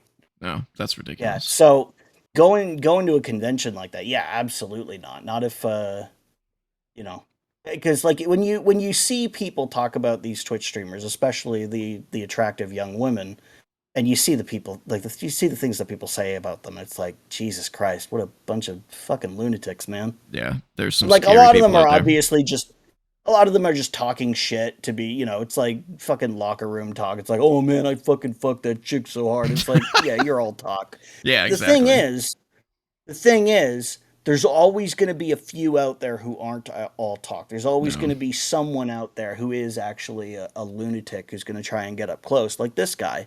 Yeah. So yeah, and it only takes one. Yeah. Yeah, it's our society's sad. That's all I have to say about that. If more people were just honest and stopped with the bravado and the just machismo bullshit, like we wouldn't have this problem. I mean, we still would have the Mm. odd psycho. But Yeah, I mean, there's always going to be crazy people, but that's why you have the security, and exactly. this is where the security has failed. Is you are the last line of defense between a celebrity and some nut job Yeah. who wants to you know make Who out with them knows? or get famous by shanking them or whatever. Yeah. Yeah, it's disgusting. So Yeah, I don't know her. Never heard of her before this, but wish her well. And yeah, I can't believe that. I mean, as a white dude, I don't have to worry about this kind of stuff. I can't yeah. I know, imagine right? having to worry about stuff like this. It's just disgusting. It's so Yeah, like men out there set better examples. Seriously, like be better. Don't be yeah. jackasses. Well, there was um there was a voice actor, an anime voice actor a few years ago, who got outed as a creep. Mm, Um, and I've met this guy. I've met him at conventions before, that's and cool. I never thought that he was going to turn out to be a weirdo because he always seemed like a nice decent guy. But when it came out like that he'd been behaving this way, I was like, well, I guess because I'm not an attractive young woman, I didn't see that side of him. Maybe if I was you know maybe if I was younger and female, maybe I would have seen the skeevy side of him, Mm-mm. because like guys like us are not the target of that kind of stuff. No. So it's like on the one hand you're like, oh man, I'm glad I don't have to deal with that, but on the other hand, it's like, man, there's got to be some shit out there that like I just don't know about because I'm not targeted in that way. Like I don't generally have to worry about walking around at night, because I'm a guy. And I'm at less risk of some creep, following me home or whatever. I still don't walk home at night too late anymore. You can get mugged. You don't have to be female to get mugged. So No, you're pretty tall though. They might be scared of that. I'm not super tall. I think I'm average male height. What does that make me? I don't know. I mean, Short. you're shorter than me, but Yep, I'm definitely short. All right, let's move on. This one's a little small thing that I just kind of threw in here, but Monster Train 2 is getting an update for oh, free. So it's called Echoes of the Void, and it's they're adding 3 new bosses, which it sorely needs, because facing the same bosses over and over again was getting pretty old. So I kind of want to replay it now, because I mean, so they're going to be like mixed into the regular yeah, rotation of bosses. yeah. Okay. Yeah. So in the first game, there was at each outpost that you had to get through where you faced a boss, it was always randomized. There was like a selection of bosses from the game that would just pick it. Yeah, Binding of Isaac does the same thing. Yeah, in Monster Train 2, it was always the same boss at each tier. So Okay. so clearly they're, which kind of makes me a little irritated because it's like, was the Now game that you done? finished it. Yeah, was the game done? It seems like the game wasn't done. Yeah. But Well, it's free. that's how I feel about Stalker 2. Yeah. I spent months playing that game and I finished it, and now they've only just added night vision recently. Oh Jesus.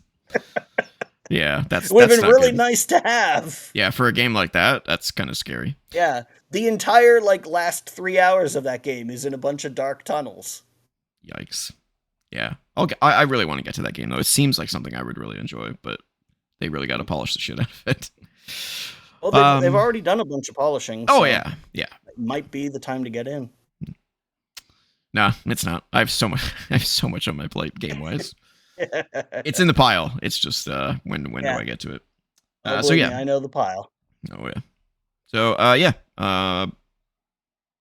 Monster Train 2. It's a great game. Go play it. What else we got here? Oh yeah. Fallout 4 Anniversary Edition has been announced, and it's coming to Switch 2, as well as other platforms in 2026. Or sorry, the Oh my god, it has been almost 10 years since that came out, hasn't it? Mm-hmm. The PC, Jeez, PlayStation, yes. and Xbox version is actually out in about 2 weeks, November 10th. And then the Switch 2 version is coming later because no one can seem to get anything running on Switch 2, which kind of makes me not want to buy it even more now that I mean, it's the first like 6 months of this console, and it's already having issues running certain games. It's kind of irritating. Should have made it more beefy. But That would have driven up the price. It's true. You know, they gotta fucking ride that line. And it's already expensive. It's already expensive enough. Like, you're gonna drive it up even more. It's true. Yeah, it's cool though. You get all the expansion packs, as if the game wasn't already big enough for you. Yeah, but like I can fucking run Fallout 4 on my like the previous processor I had with its onboard graphics. It didn't run great, but it ran. You know, I was getting 30 FPS, which is not my preferred way to play, but I could do it. That was years ago. Yep.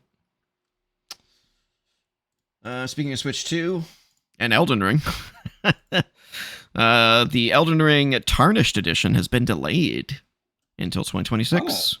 It was originally planned to be out this year, but it has officially been delayed next year to allow time for, you guessed it, performance adjustments. Yeah. Yeah, not surprising. Yeah. Apparently, this is something IGN learned firsthand, having called Elden Ring on Switch 2 a disaster in handheld mode after checking it out at Gamescom. I don't know, man. Like, I don't know. I don't even know what to say about game performance issues anymore. Like, I just don't understand. I just don't understand. This game is a last gen game. Why is it having issues running? I mean, it's a last gen game, but it's also a current gen. I mean, it's from that transitional period. So then, why didn't they use the last gen version? They probably are using the last gen. Right, that's what I'm saying. It's like, what the fuck, guys? Why is this having issues? Well, I mean, when you have to consider that this is an open world game, and there's a lot of challenges with streaming assets in. And how they handle that, like every game does it differently. Yeah. You know, like how they're going to handle like the different levels of detail for the geometry, and you know what kind of effects they're going to call at what distances, and what kind of effects they're going to continue to show even at a long distance. There's all sorts of stuff. Like you think about like you know how in Breath of the Wild there's those shooting stars that fall. Mm-hmm. That's an effect that has to show up from a long distance because it acts as a beacon. Yeah. So you can't call that at a distance the way that you would like other particle effects, like dust being kicked up by a monster. So like when you consider how much shit is just floating around in Elden Ring at any given time. There's always there's little gold trails and sparkles and It's true. stuff blowing in the wind. It's a beautiful game. I'm not gonna lie. It's a beautiful game, but that means there's a lot of maintenance to do when you're porting it to something that's not what it was originally spec'd for. So I can understand why they're having difficulties with it. But apparently, a Switch 2 is the equivalent of basically an Xbox Series S. So Yeah, that's one of those things that's easy to say as a point of reference, but it's not really the same case. No. Yeah. Because it's a completely different processor architecture, so the way things work on one is going to be different here. And you do have to keep in mind it's not just that the hardware is less powerful; they are porting this to an entirely new architecture. So now it doesn't say anything about the extra content that was supposed to come for the Tarnished Edition to the other consoles. Is that being delayed too? That would suck. It doesn't say. That would suck. Be like, I gotta wait more time because you can't get it running on Switch 2. I can't have it on my PlayStation. I could understand them wanting to launch it all together. I know. For just consistency's sake. Yeah. That just sucks. Oh, whatever. It'll come. Well, not this year. Not this year, no. But maybe next year. I'm not exactly in the mood to fucking jump back into Elden Ring after all it put me through already, so. For all we know, we'll get Elden Ring 2 next year announced. Well, no, they still gotta release, what is it, Dust Bloods? They still gotta do that. Yeah, that their Switch thing, yeah. This is just a quick one. Luigi's Mansion has been added to Nintendo GameCube, Nintendo Switch Online service. Just in time for the Halloweens. Woo! I bet it looks good running at a high resolution. Yeah. The GameCube games actually, I haven't emulated a ton of GameCube games, but I've done some, and the ones that I've played, they've survived higher resolutions pretty cleanly. Yeah, they look pretty good. Yeah, I was playing 1080 Avalanche the other day, and I was like, man, look at the way the cloth. 1080 in 1080. Yeah, you were probably playing it at 4K. No, I was not. It was 1080. No. But just the way the cloth moves with the wind, I was like, shit doesn't even look that good now. That was crazy. Yeah. Wave Race Blue Storm still looks really good. There are a few things that kind of stand out. Yeah, like the reflection of your character in the water doesn't hold up as well because it's a 2D effect, but it still looks pretty good. Yeah. Considering it was something from 2001 or 2002. It's true. I like how they have that last screenshot where it's just Luigi's Mansion, trademark, Nintendo. You couldn't have that at any other point. It had to have its own black screen. Okay. Yeah, it needs its own title card. Yep. And then finally, PlayStation Plus is losing games again. Set to leave PlayStation Plus. Sounds more like PlayStation Minus. Set to leave PlayStation Plus Extra in November 2025 is... I've never even heard of this game. Alternate Jake Hunter, Daedalus, The Awakening of Golden Jazz. I want to play this based on the name alone. Alternate I have Jake no idea Hunter, what it's about. Daedalus, The Awakening of Golden Jazz. That's a mouthful. Battlefield 5, Digimon Survive, Football Manager 2024, Like a Dragon Ishin, Synapse, which is a PSVR 2 game, and Travis Strikes Again, which is a No More Heroes spin-off or something. Yep. Yeah. And that's it for the news. And you know what time it is. Ice cream, scotch, cup. Let's go right to it. Bam! There's the first game. Nice and blown up. Well, kind of. Looks like we got a wooden floor with something on it. I don't know what that is. Bowling alley that somebody spilled a bunch of printer ink onto. Oh, I don't know if this is gonna load properly. Hold on. Yeah, it might not. Hold on. We might have a technical difficulty. Bear with us. Oh dear. What's the word? What does the sign say? Pardon the dust. Pardon the dust. Yeah, it's not gonna let me do the zoomy zoom thing. How am I gonna get around that? I don't know how I'm gonna get around that. That's a problem. All right, we'll just work with it. Well, you're not gonna be able to see the updates. That's the problem. Like the new images. Oh, that is a problem. Yeah. Oh, hold on. Ah, there we go. I figured out a way. There we go. Okay. Hey. I figured it out. All right. Yeah, so I don't know what this is. It's like a... I don't know. I can't tell if it's like a goop that's on the floor or if it's like something in the way of the floor. You know what I'm saying? Like a 3D element of some kind. Yeah, it looks like something that's on the floor. Yeah, that's a big floor with nothing in it. I don't know what this is. Yeah. I got nothing. Yeah, let's check out the next one. 83. Well, we got some UI. Oh, what? Oh, is that must be a targeting reticle. Like the left side of a targeting reticle, which means this is really zoomed in. Doesn't look that zoomed in though. No, it doesn't, does it? It must be fairly new. But I don't recognize what it might be though. My initial thought was is that another bit of UI beneath it? There? Yeah. I can't tell. Or is that... I can't tell if that's an arrow or if that's just the way that rock happens to look from this angle. Yeah. Yeah, I can't tell either. I don't think it's UI because this kind of stands out with like a glow. Yeah. I'm not sure. Yeah. Yeah, it's very new.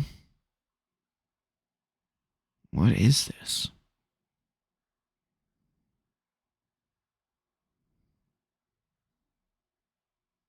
Dude, I don't know. It's something techy. Technological. But I'm not getting anything from that though. That UI you would think would be recognizable instantly, and that technology. I'm not getting anything. So it is a first-person shooter with some sort of... I don't know what all these collectibles are. Yeah, with some sort of like... I feel like I know this, but I'm not getting it. My brain's not connecting the dots here. I don't recognize this iconography. I don't know what this is. Oh, is this Doom? That's Doom. Is this Doom: The Dark Ages? I think it must. Yeah, it's 2025. It's got. Wow. Yep, it is. Wow. I still haven't played that yet. I gotta. Yeah, neither have I.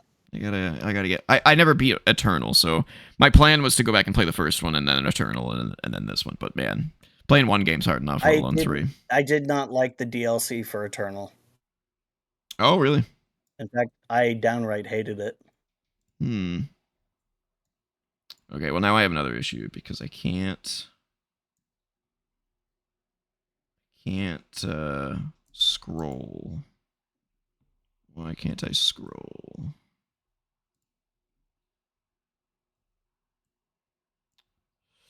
Oh, technical problems. We should have done this before we started. Yeah, we should have. I don't know why it's doing that. Why won't it let me... Oh, I saw something. Oh, yeah. Why is it? What's going on? I'm trying to get it to scroll, but it's being a little jerk. Damn. Why you no scroll? Why you no scroll? See, I can get it to like Pardon the It's like dustly. cycling through the different games. I have no Oh. idea why it's acting like this. This is very strange. Okay. Yeah, that might work. Well, we'll at least be able to get the last week of stuff. So we'll see if that works. But Okay, yeah, well, this is just grass, so very pixelated. Could be a bush. yeah, it could be Like a anything hedge. green. Yeah, I have no idea. And like I'm getting ads and stuff. Oh, it's very old. 94? Is this Boulder's Gate? It might be. Like the original? Is it Boulders? Yeah, it could be. Or 2? No. It's a DOS DOS. game. Whoa. Oh, it's Command and Conquer. Oh, yeah, shit. I recognize those bases. Nice. Wow. R.I.P. Westwood Studios. That's embarrassing. I should have fucking recognized that grass right away because I played the shit out of that game. Because it's everywhere. All right.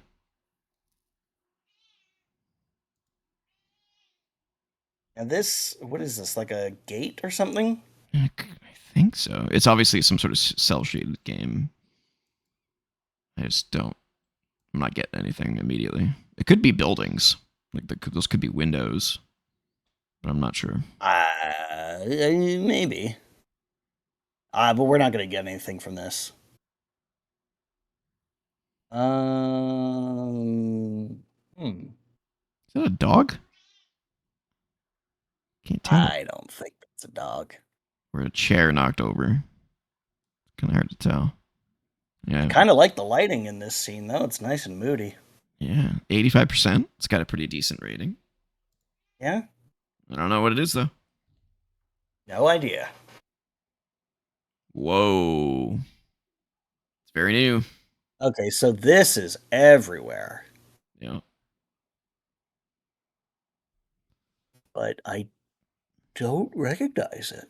Me either. Not getting anything. Puzzle game. Puzzle game. I don't think I'm gonna. Oh. No. I don't think so. No, it doesn't have that art style.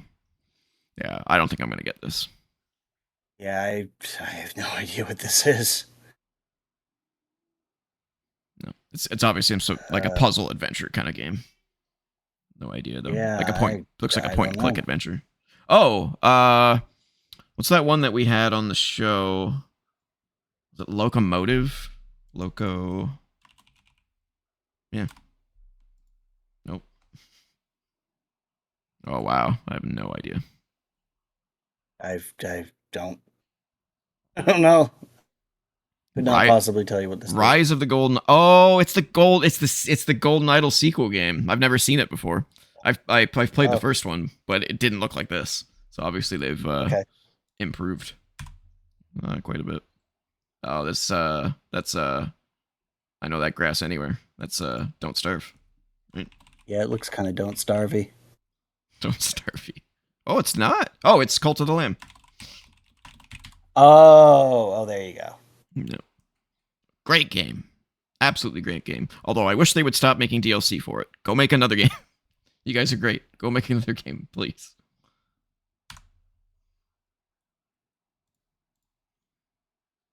Some kind of door, I would assume. Yeah, it looks like it's kind of somewhat open. It's like half open, maybe. Some sort of green shelf.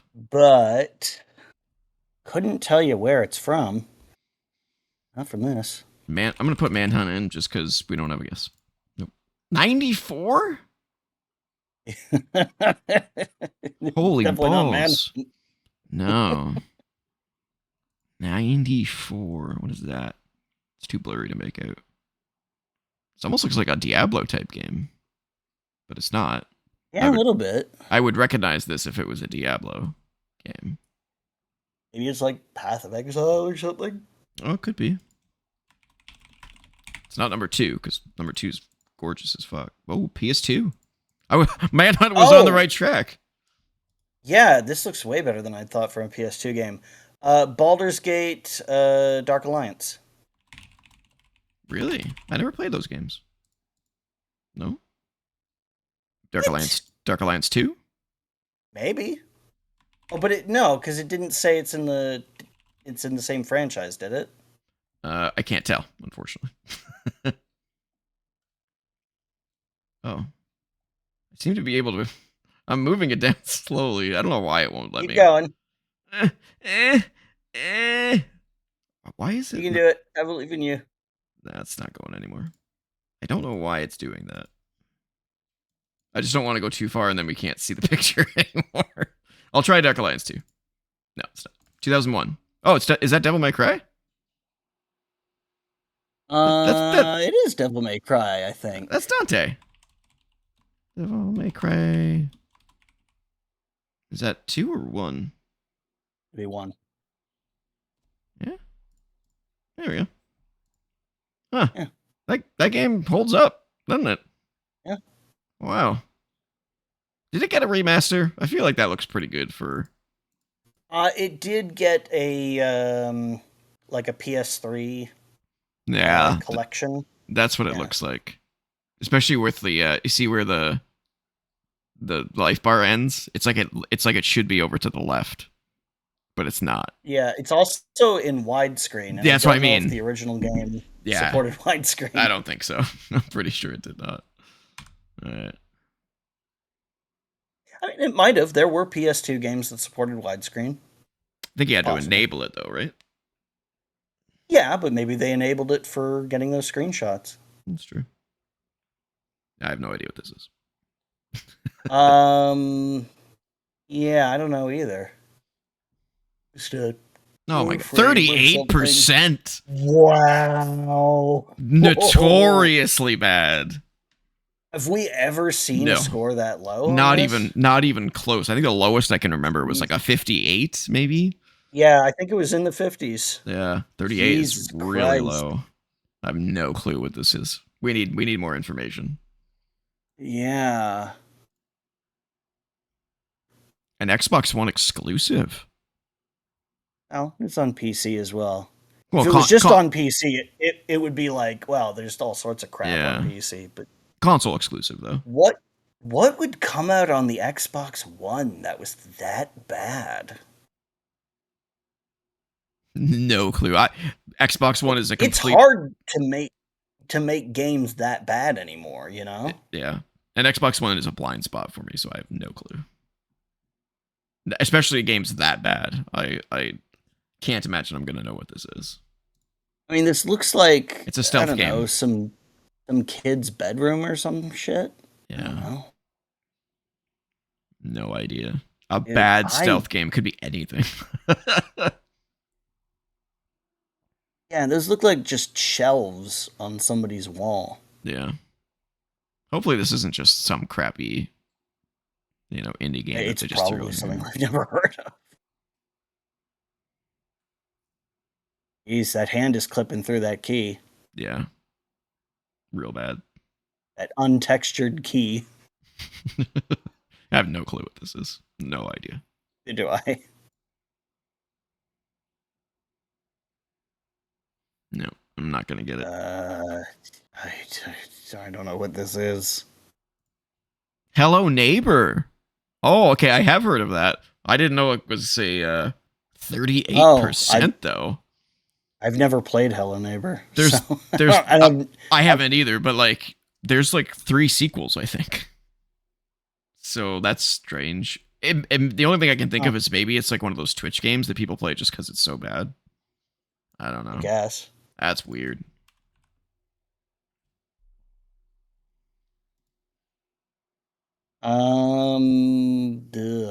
This looks like the loading zone to a warehouse in any game from the last 15 years. What was that British game I played that was kind of similar to BioShock with the phone booth? We Happy Few? No. Newer, way newer than that. Like I talked about it on this show.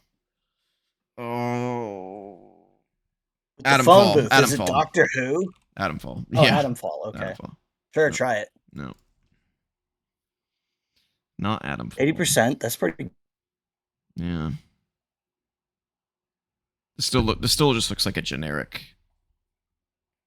It could be anything. It's just some like street light pole or some shit. There's UI. It's on a lot of stuff.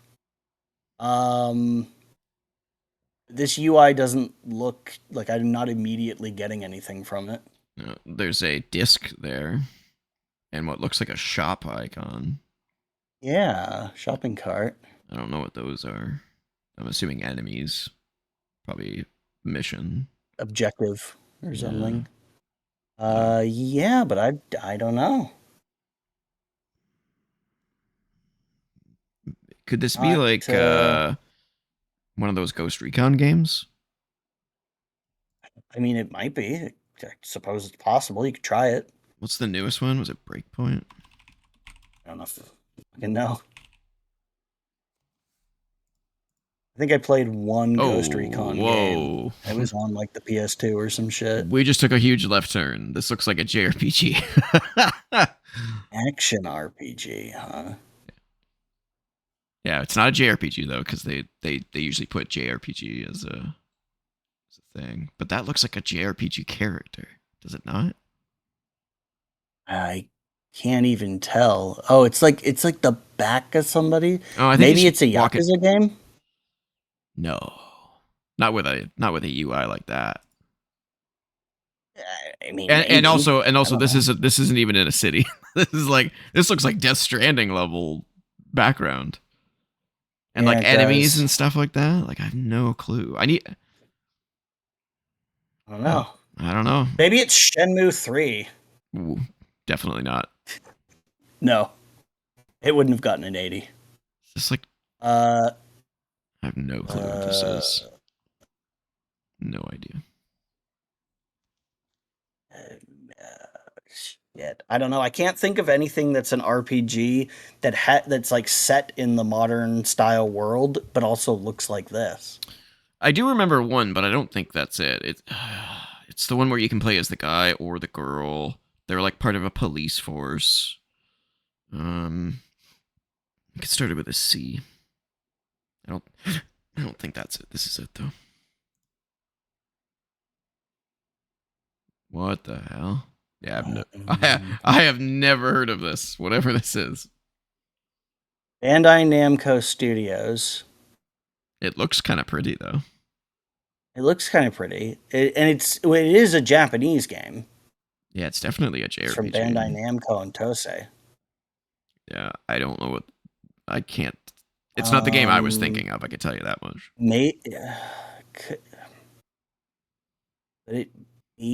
No, it couldn't be one of those Digimon games because then the character wouldn't be attacking. The Digimon would be. Yeah. This is going to be a game that I've heard of but never played. I think so too.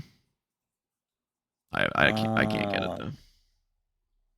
I wish I could read like what some of those things say, but can't zoom in on a video. No. Yeah, I don't know. Scarlet Nexus. I have heard of that. Okay. I never played. I've heard of it, but I don't know anything about it. No. And we played that one already. Okay. So that's it. I would play more, but I can't figure out how to get to the old ones. So I'll sort that out for the next episode. Pardon the dust. All right, everybody. That has been Press Pause, a gaming podcast, episode 66. If you want to reach me on the socials, I'm at TJ-Leo on BlueSky. And I'm at Ninjas on BlueSky. If you want to email us, you can do so at co.op.podcasts@gmail.com. Don't forget to comment, like, share, subscribe, ring the bell for notifications, and join the Co-op Club Discord community server. And if you can, join the Patreon. Patreon.com/co-op entertainment. We would much appreciate the help. Until next time, get back to gaming.